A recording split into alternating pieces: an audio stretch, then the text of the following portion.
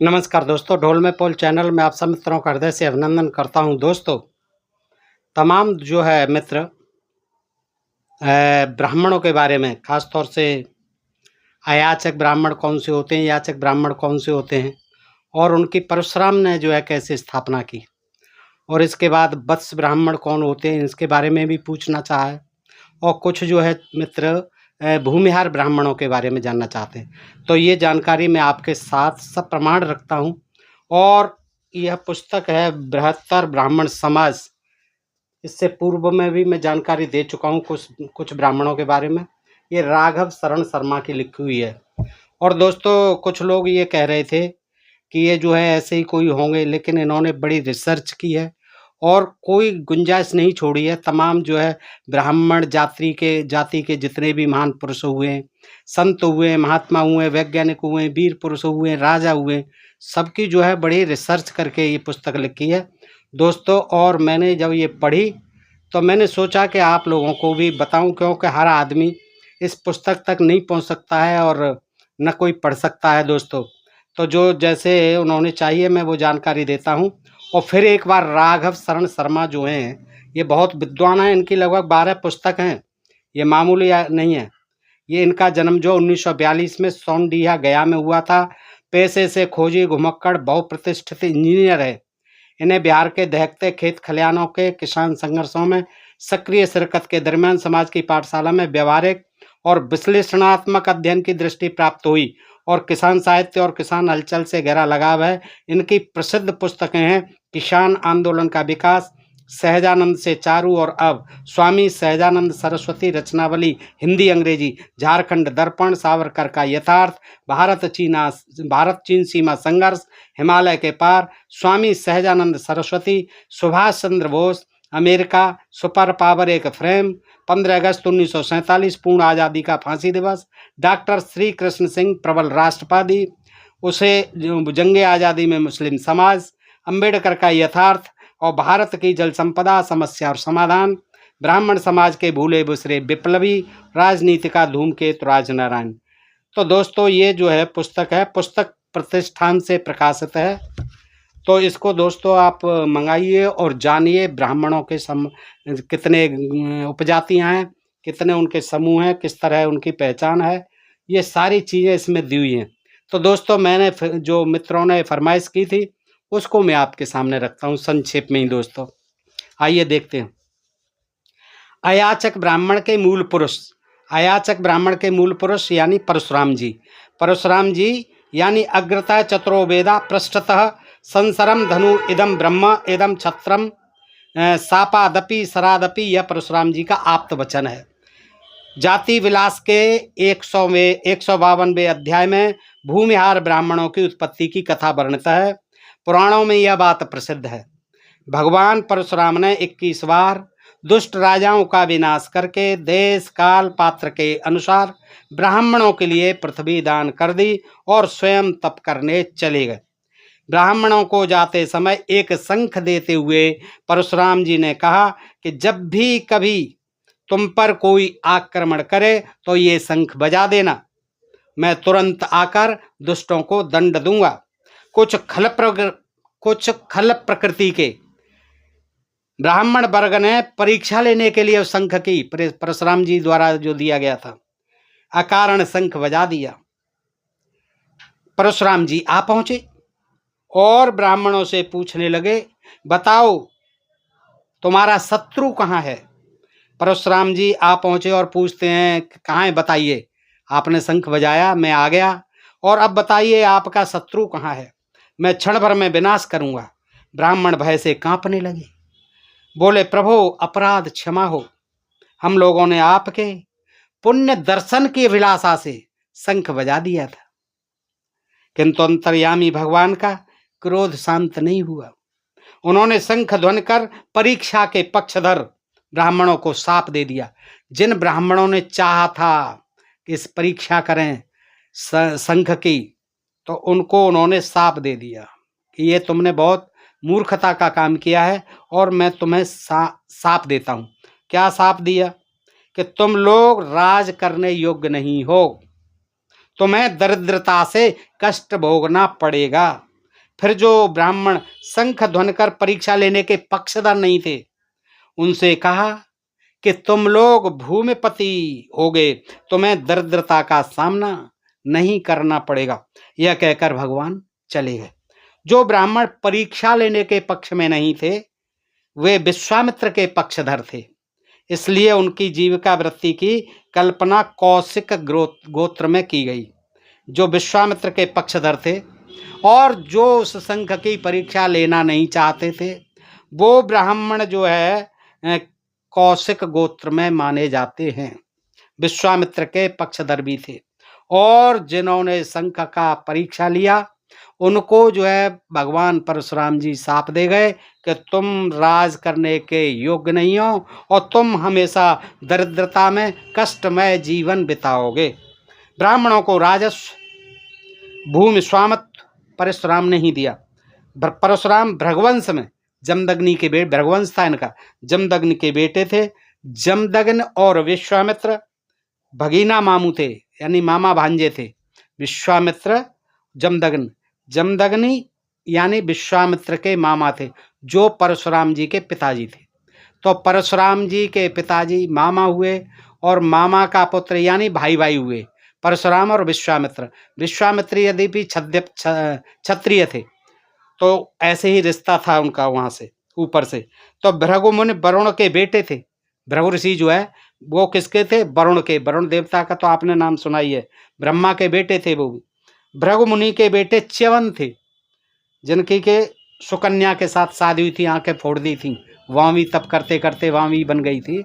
तो वो कौन थे? च्यवन ऋषि। और च्यवन ऋषि किसके बेटे थे? भृगु मुनि के। और च्यवन की शादी राजा सर्यात की कन्या से हुई थी, पुत्र का नाम दधीच था। फिर इनके च्यवन का पुत्र जो हुआ था महर्षि दधीच, जिन्होंने हड्डियां जो है अपनी वज्र बनाने के लिए इंद्र को दान में दे दी थी, दैत्यों को मारने के लिए। परशुराम विष्णु के प्रथम नर अवतार थे, ऐसा ही माना जाता है कि ये विष्णु के अवतार थे।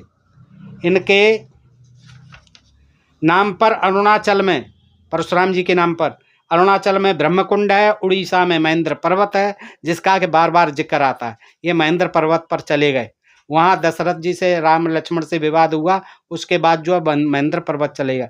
तो महेंद्र पर्वत कहाँ पर है? उड़ीसा में। और हिमाचल में रेणुका झील है और गोवा में कोंकण है। ये परशुराम जी के ही नाम पर हैं दोस्तों। अब वत्स ब्राह्मणों के बारे में आपको बताते हैं इसी पुस्तक से कि महर्षि भृगु के दो पुत्र च्यवन और शुक्राचार्य थे। च्यवन के दधीच और आपनवान ब्राह्मण दो पुत्र थे। दधीच सरस्वती के संयोग से सारस्वत पैदा हुए। देखिए इसमें और भी है, केवल वत्स नहीं, और भी ब्राह्मणों की जानकारी आप देखिए कि दधीच यानी महर्षि भृगु के पुत्र च्यवन और शुक्राचार्य, च्यवन के दधीच, और फिर दधीच और सरस्वती के संयोग से सारस्वत पैदा हुए। अब देख लिए, सारस्वत जो है दधीच और सरस्वती के संयोग से पैदा हुए। और आपनवान अक्षमाला के संयोग से जो दूसरे पुत्र थे, संयोग से वत्स पैदा हुए। वत्स जो है किसके?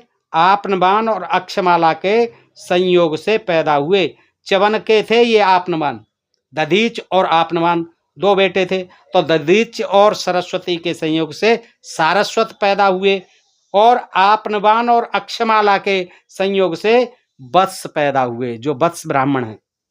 इनका आश्रम पुराना गया जिला के अंतर्गत हिरण्यवाह नदी के पूर्वी छोर पर बसे देवकुंड के पास प्रीतकूट गांव में था। हिरण्यवाह नदी आज सोन नदी है। भृगु आश्रम को आजकल भरार कहा जाता है। यह सोन की छाड़न पुनपुन के पूर्वी किनारे पर देवकुंड के पास दक्षिण पूर्व में बसा है। प्रीतकूट की पहचान सोन की पुरानी धारा मेहदिया देवकुंड के बीच जो प्रवाहित होती थी के पास की गई है।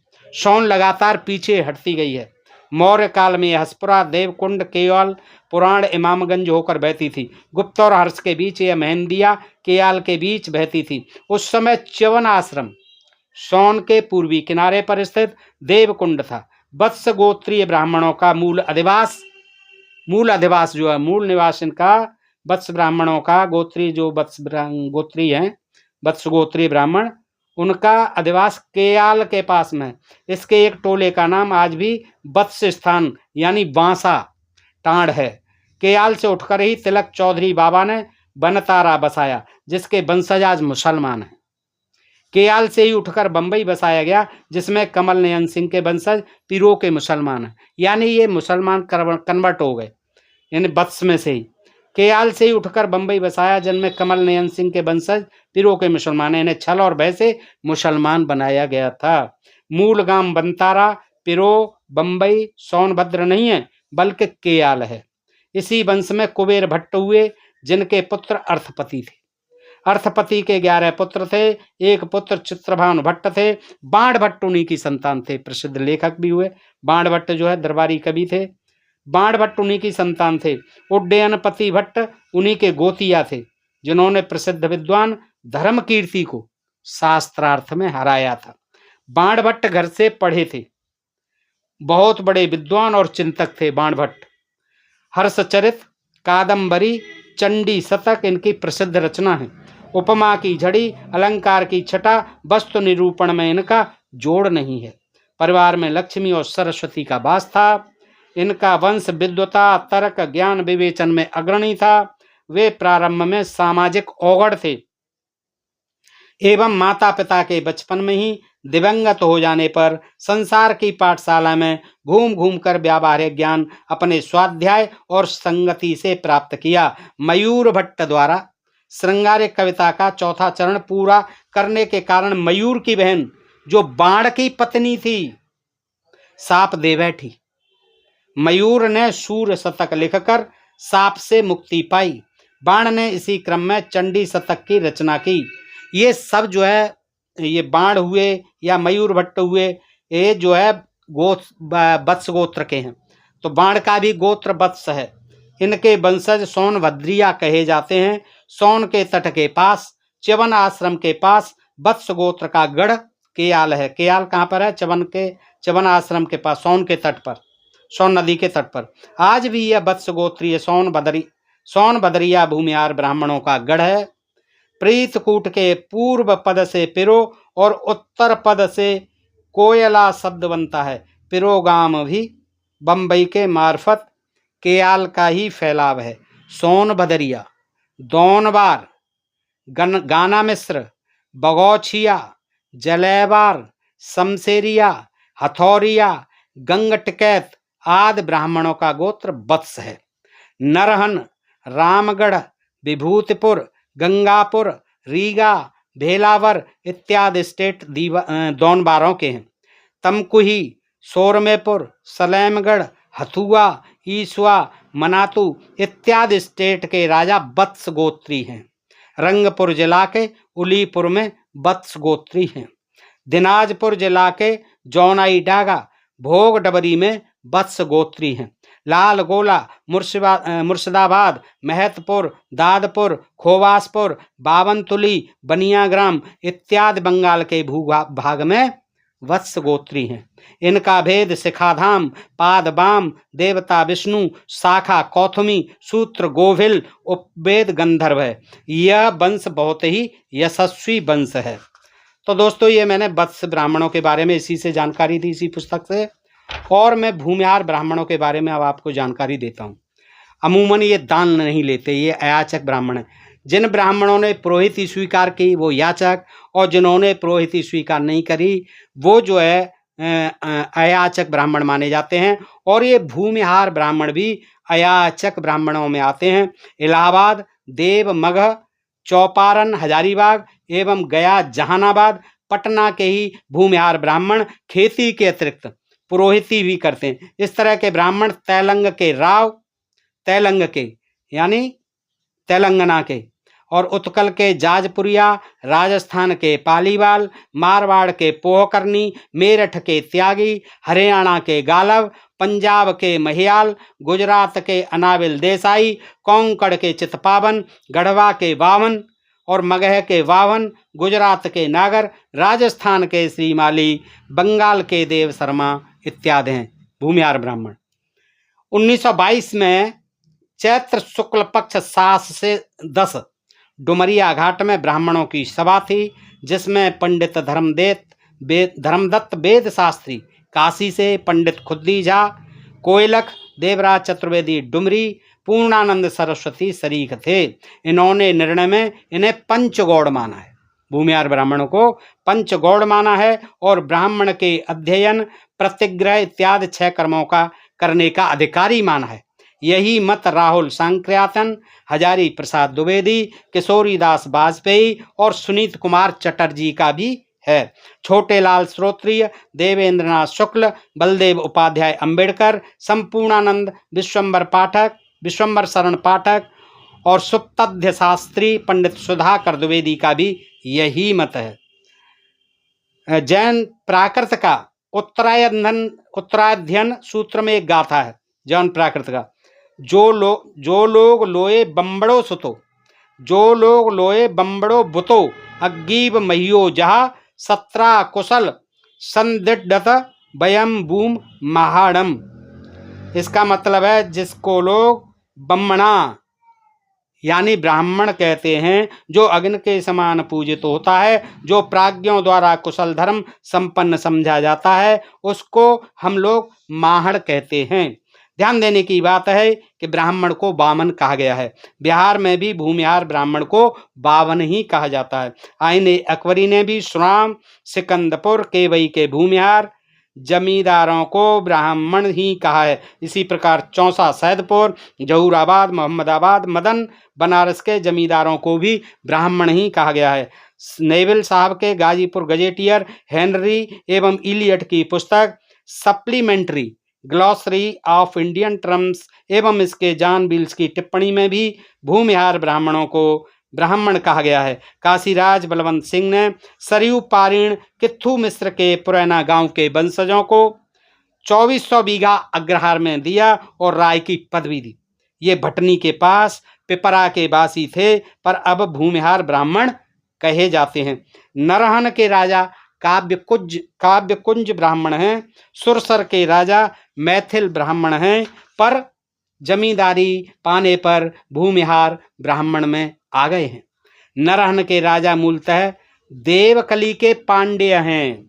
नरहन के राजा मूलतः देवकली के पांड्य हैं। काशी राजा को द्विजराज कहकर पूजा गया है। भरतपुरा के भूमिहार ब्राह्मण दक्षिण के अथर्व ब्राह्मण हैं। मिथिला के प्राचीन धुरंधर विद्वान मीमांसक महामहोपाध्याय चित्रधर मिश्र का कथन है। क्या कथन है? कि भूमिहार ब्राह्मण दल में केवल एक कुल या वर्ग के ही ब्राह्मण नहीं है, प्रत्युतः प्रायः देश के सभी अयाचक ब्राह्मण समय समय पर इस दल में मिलते गए हैं।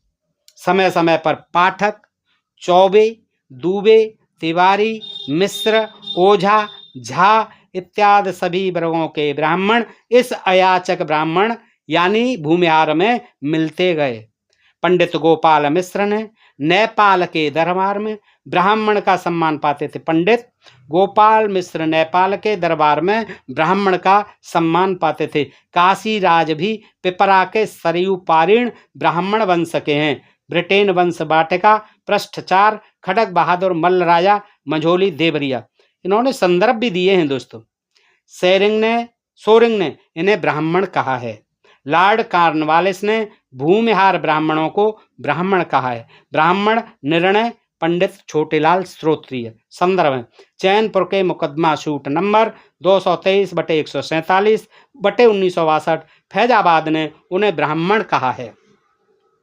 वादी चैनपुर के भूमिहार ब्राह्मण जन्म से ब्राह्मण है, अतः इस विवाह में कुछ भी अवैध नहीं है। इलाहाबाद हाई कोर्ट ने 1842 ईस्वी में महंत सुखदेव बनाम सतानंद सूट में इन्हें द्विज कहा है। बढ़िया के प्रथु ठाकुर से भूमिहार और उनके सगे भाई जय जय ठाकुर से मैथिल उत्पन्न हुए।